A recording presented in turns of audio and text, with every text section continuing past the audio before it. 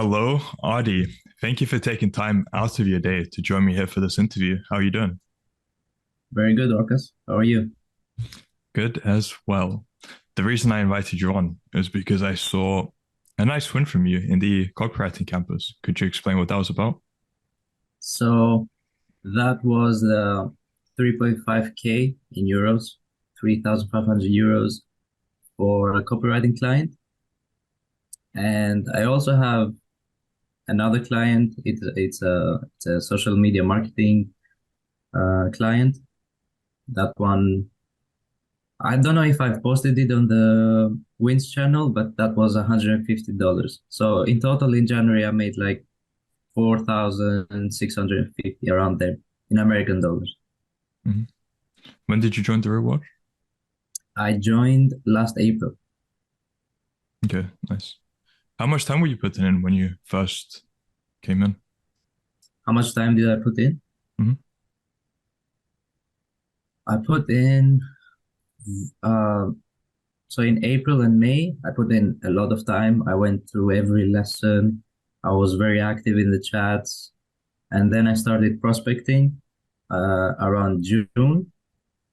But then July, August, September, I kind of fell off.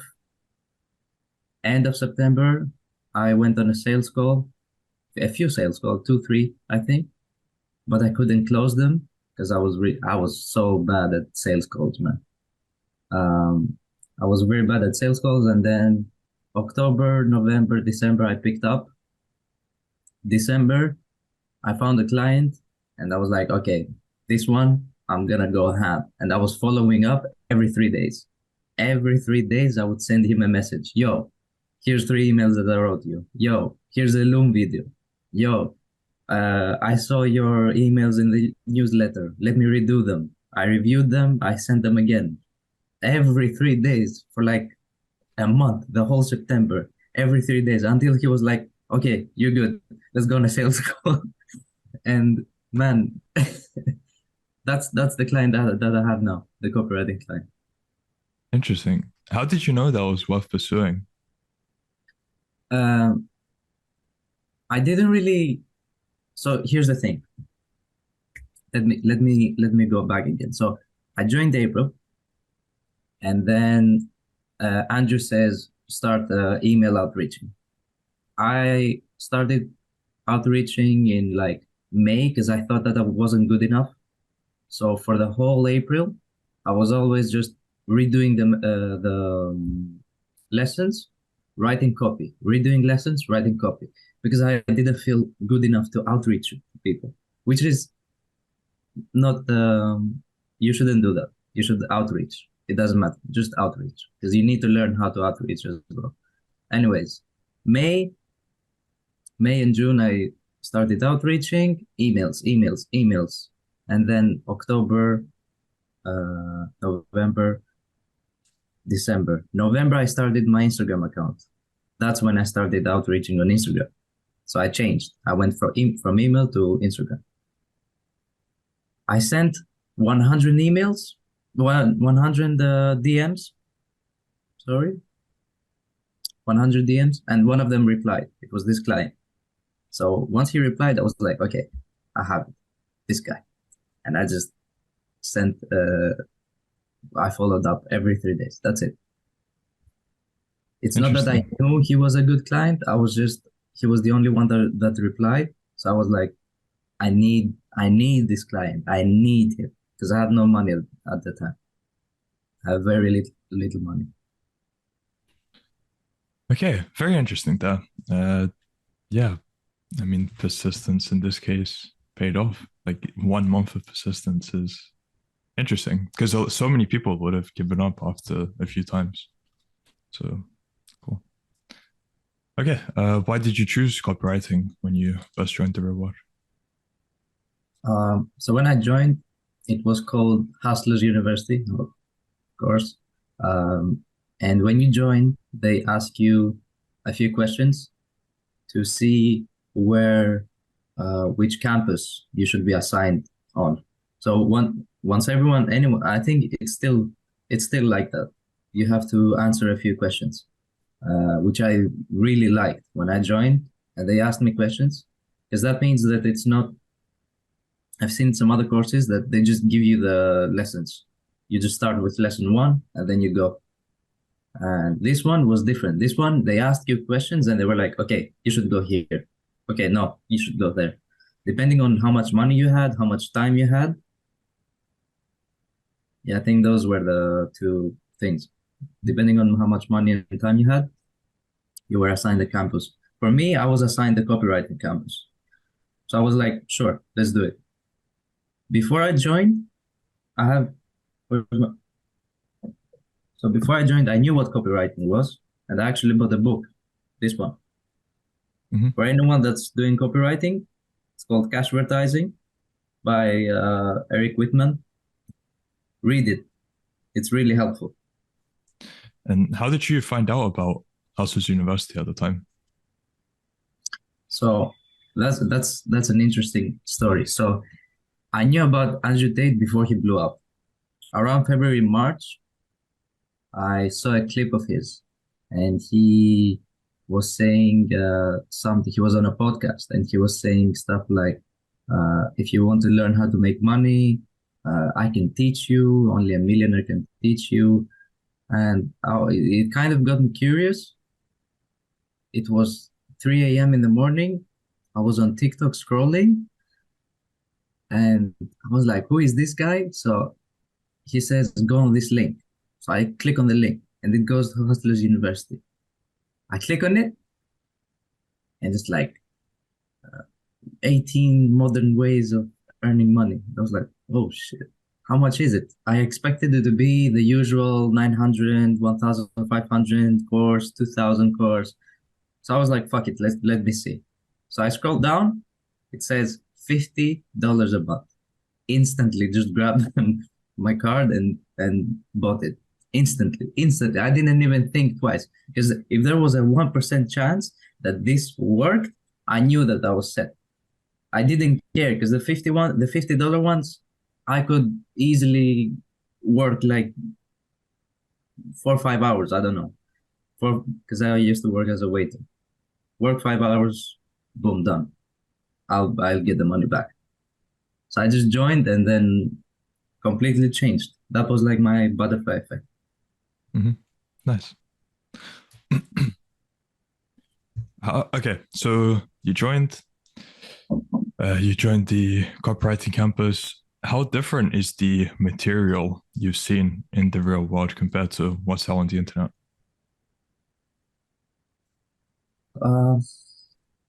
The material is very condensed, very easy to understand. The professors are doing a great job at explaining things. Now, some people are dumb and they don't understand. That's their problem. The professors are doing a really good job. They're very they help in the chats as well. I've had some questions before and they have all been answered by the professors, which to me at the time was weird, because of course you're like, these are millionaires. Why would they care to answer in the servers, to answer my question? I'm a nobody. But then I was like, damn, these are actually people that want to help. They're not doing it just for the money. They know that they're impacting real people, which I think that's why they're doing it. And you can see it. Andrew, for example, in the copywriting campus, he's doing a power-up call every day. For me, it's at 4 p.m. For Eastern time, it's 11 a.m. And I go on there every day, not because he explains something every day, something different, which is really cool. I find it very cool. And yeah, the professors, the everything is very different to what I've seen. It's for $50 a month compared to something like a course that costs 2,000. It's non-comparable. You can't compare it. You cannot compare it from any aspect. You get so much value. It's insane. And what about the community? Did that have any kind of impact? So the community in the beginning, uh, because I wasn't so red pilled, I guess. I don't know. The advice I got was very harsh, and I was like, "Oh, who is this guy? Why is he telling me this and that?" But then after a while, I was like, "Man, they're right. They are right. I shouldn't even." So the community has impacted me a lot, mainly changing me as a person, changing my beliefs for the better. Anything from money, girls, um, social life, friends, how to deal with family. Because when when you make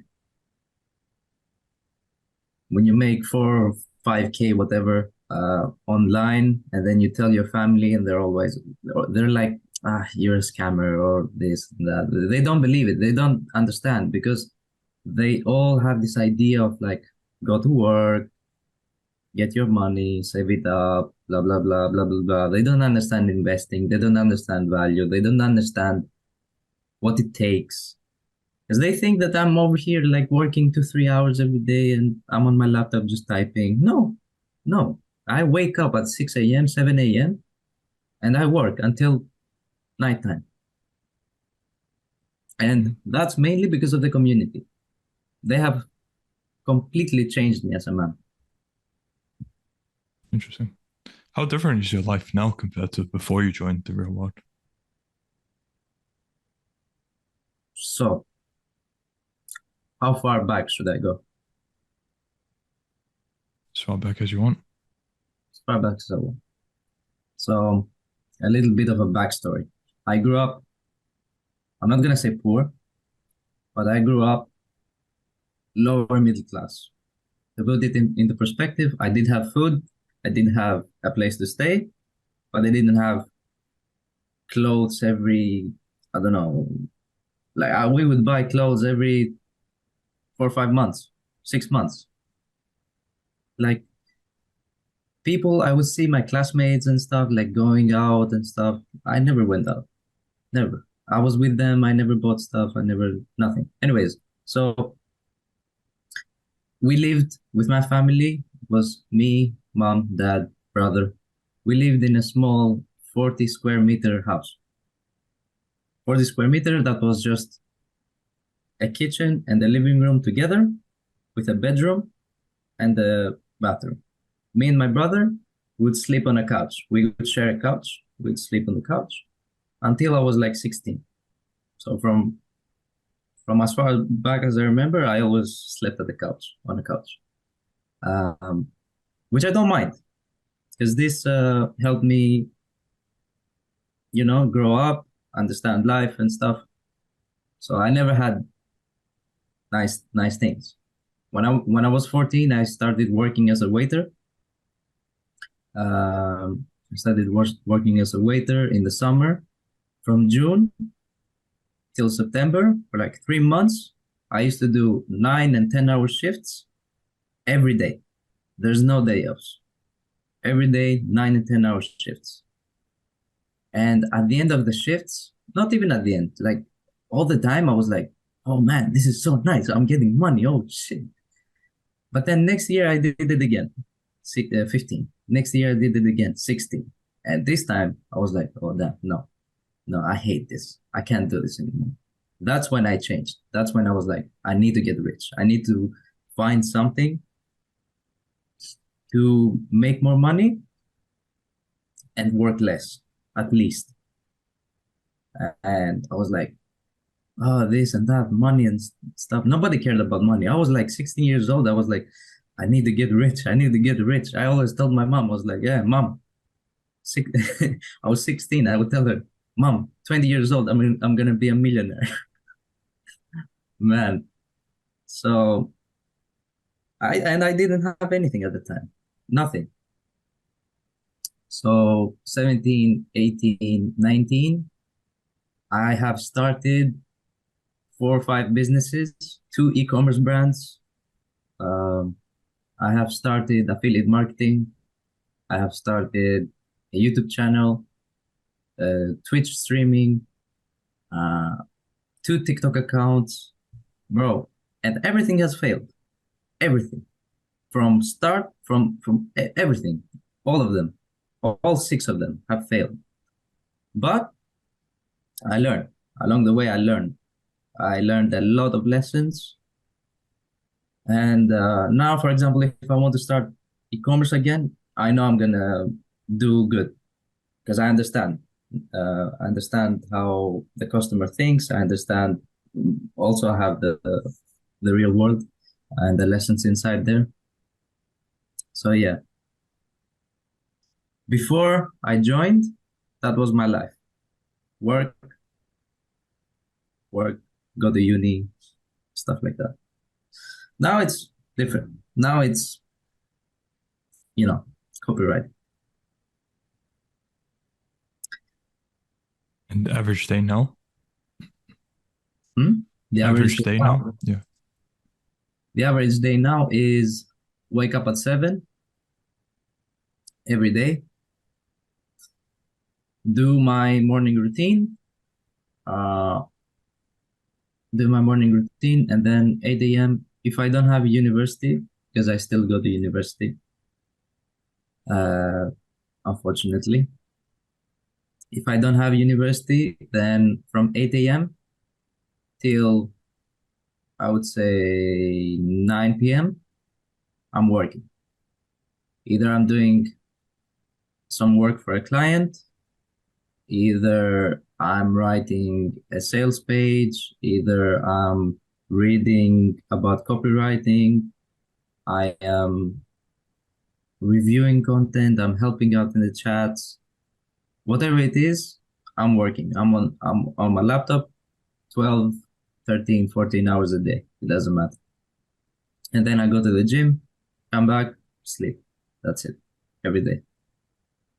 What would you have to say to people who would call that excessive in terms of the amount of work you do? Um, where I want to go and where I want to be, some people don't want to be there. And to get there, you need to put the work in. You need to put these hours in. Some people, they want to work 2, 3 hours, get some money, and that's it, which is totally fine.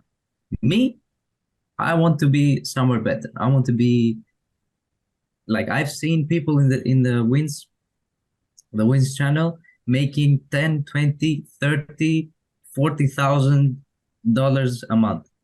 I look at the professors making that much. I look at so many people online making 50 and 100K a month, 200K, 300K. And I'm there like, why can I not do that? So if you think that's excessive, that's fine. You'll never get there. You'll never get to 120, 200K, 300K a month. Never, if you think this is excessive. That's what I have to say. Oh.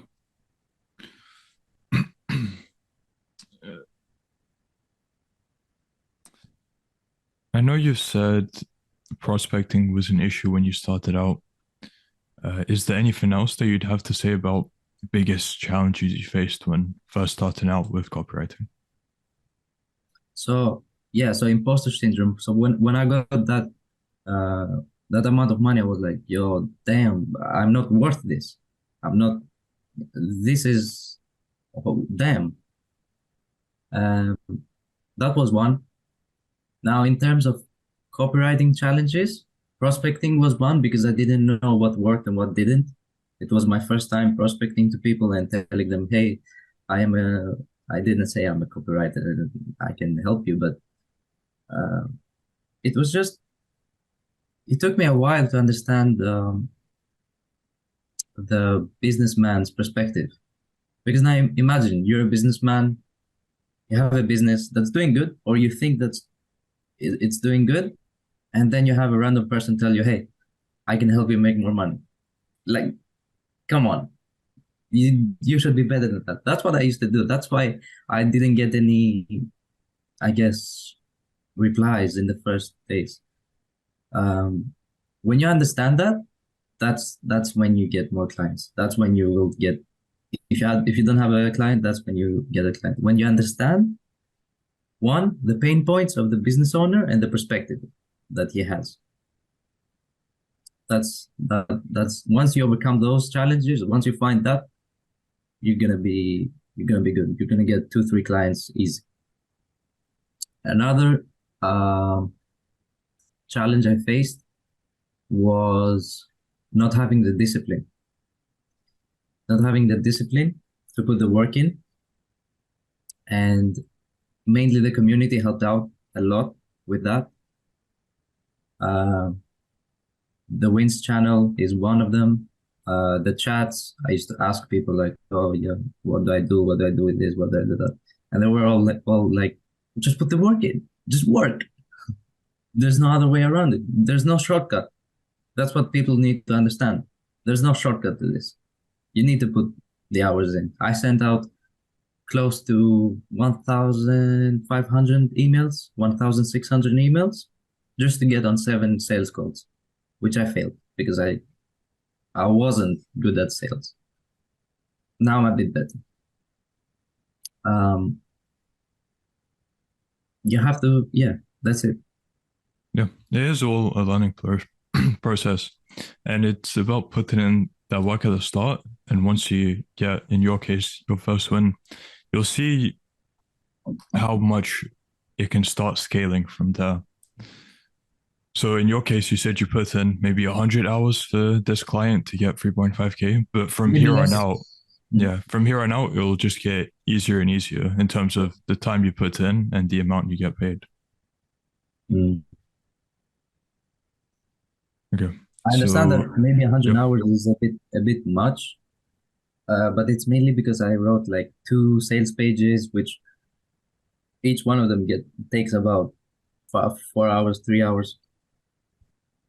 Um, yeah, that's mainly it.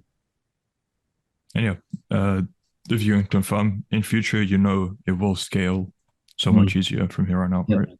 yeah. Yeah. Now moving on to what have been the 3 biggest lessons you learned from your time in the real world? 3 biggest lessons. I don't know if these are the ones that come to mind. Number 1, speed. This is something I learned when I first joined. Speed. You have to be fast. It's also Andrew Tate's number 1 lesson in Hustlers University. The first one I think that he had, it was speed.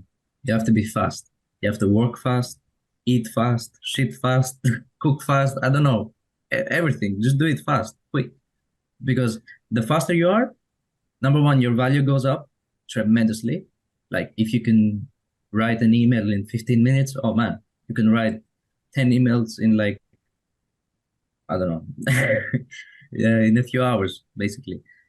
Um, so speed is number 1. Uh, what are the other ones? Discipline. You need to be disciplined. You need, even if you wake up and you feel like shit, put the work in.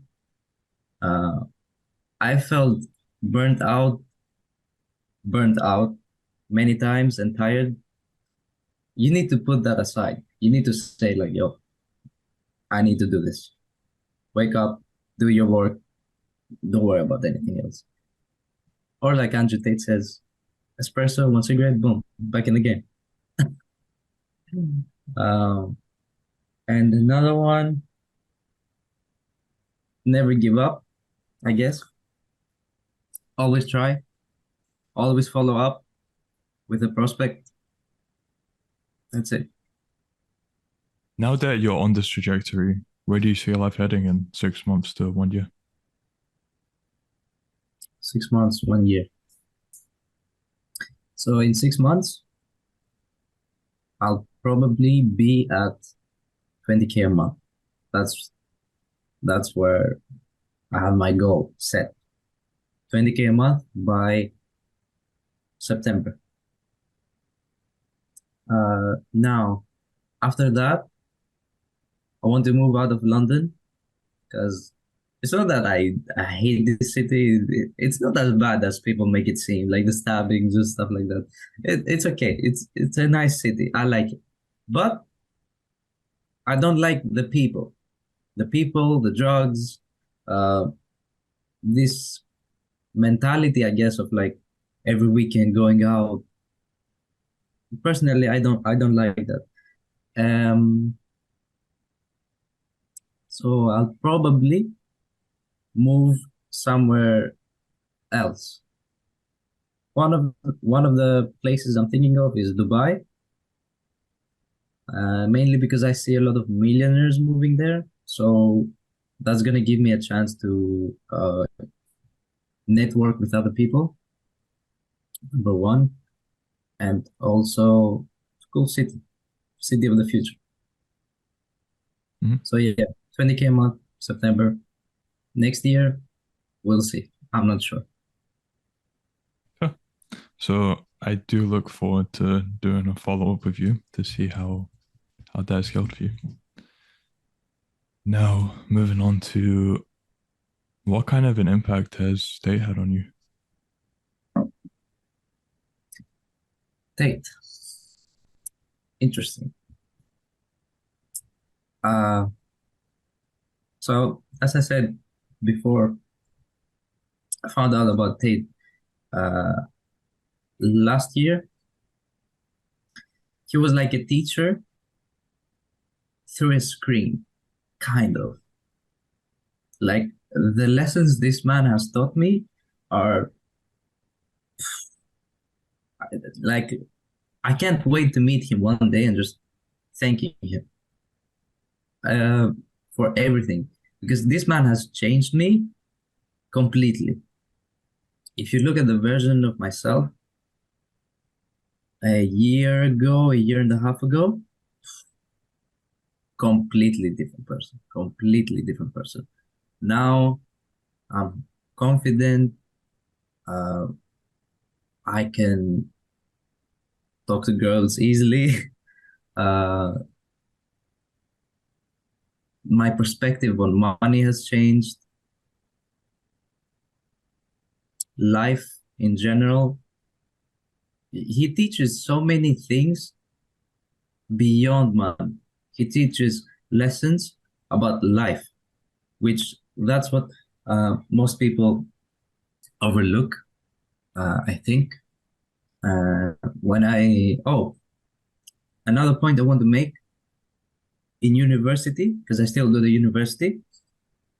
I never pay attention. I never pay attention. I'm always either I'm on my laptop at the back of the classroom and just typing stuff. I have my headphones on. I barely listen to the professor, barely look at what they're doing. I'm just out there either prospecting or just typing, I don't know, helping out in the chats, doing client work. And one day I heard Andrew Tate from the professor. I was like, oh, okay, hold on. And I look up and he has put Andrew Tate's face on the projector. And he says at the top, modern leaders. And I was like, oh, this is interesting. We're going to talk about my teacher. And he starts on and he says, who here knows about this man? I wasn't going to say it. I'm not involved in the class. So nobody answers. And one of the girls that sit at the front, geeks, uh, he asks one of them, who is this man? And she was like, that's Andrew Tate. Yes, Andrew Tate, says the professor. Now, what has he done? He has taken the attention of young kids and instilled a misogynistic uh, attitude towards women to young kids.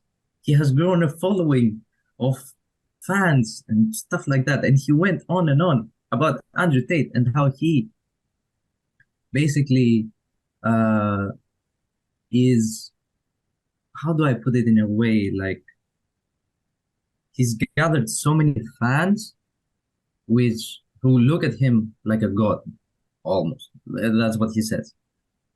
And I was there like, man, why am I here?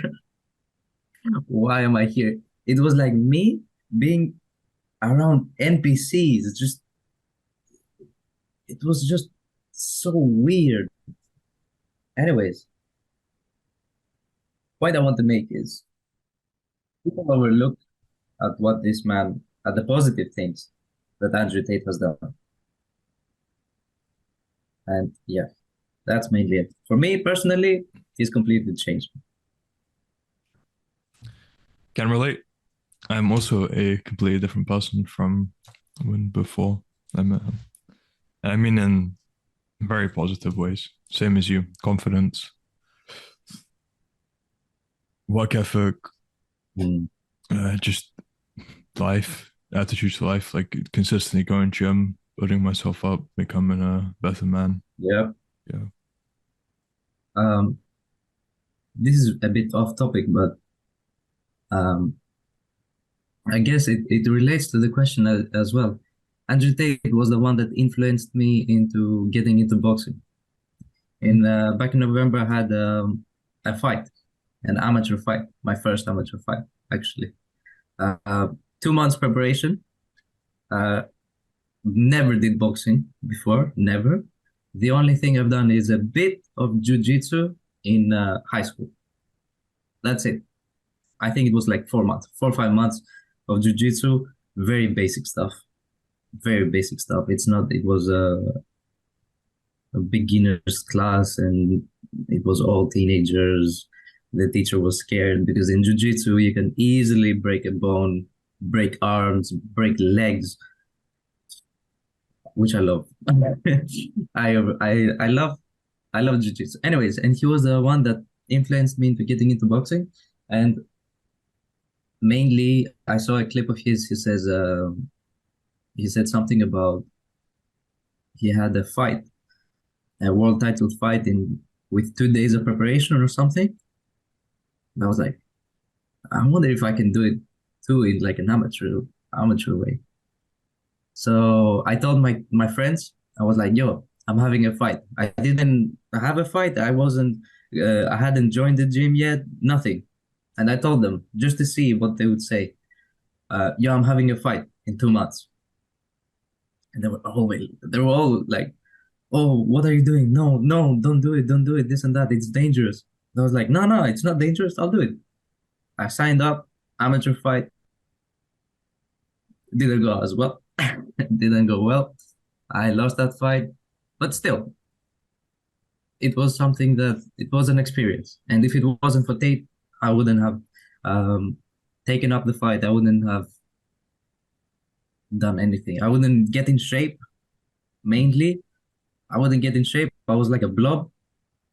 I was kind of athletic, but not like now. Now it's more, you know. Mhm. Right. Similar with me, I didn't have a fight because of the cough at the time.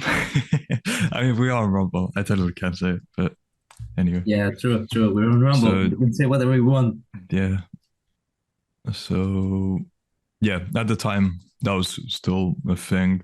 Things were opening back up, so I had maybe 4 months of boxing experience. So I can imagine if I was to have a fight with 2 months preparation, that would not go too well. Yeah, Because yeah, you a do lot of need more time. a lot of people are scared, but I I was a bit scared as well. Um, but it goes back to one of the lessons I've learned. Life will never prepare you for anything. You're gonna face challenges. Life will teach you through challenges. That's it. I saw it more of a challenge. I saw it more of a I want to put myself in uncomfortable situations. That's it. That's why I do it. Right. And I'm gonna do it again. Nice. This time with a bit more preparation. Yeah, true, true, true, true. Okay. Now before we end off, what advice would you have to people who are considering joining the real world? I don't I don't want to be a dick, but if you haven't joined yet, you should join. uh, okay, no, I'll be I'll be so. What advice I would give to people that haven't joined yet? If you are looking to just work a bit, not put any effort in, and think that by joining, you're gonna magically make 5, 10K a month, not happening. Don't join. There's no, if you're not disciplined enough, because you're gonna get disciplined after you join. But if you are not, if you are not willing to put the work in to achieve that goal that you have, don't join. On the other hand, if you know, if you have a goal that you want to achieve, join. Whatever goal it is. Mental, physical, money-wise. In the real world, they teach you more than just money. Trust me, I've learned a lot of lessons in there beyond money. That's my advice. And now, for people who would want to find out more about you or contact you, where can they do so? So you can find me on Instagram at Ardi Copy. That's my account where I share some copywriting tips, and message me there if you have any. Or you can follow me on Twitter, same at Ardi Copy. I'm not there. I don't upload there much. Yeah. Spell it out. At Ardi Copy, all lowercase. But spell it out. ARDICOPY. Okay. Well, Ardi, again, thank you for your time. Enjoyed this interview. And as I said, look forward to doing a follow-up once you have scaled to see how things are going. Thank you, Rokas. Goodbye.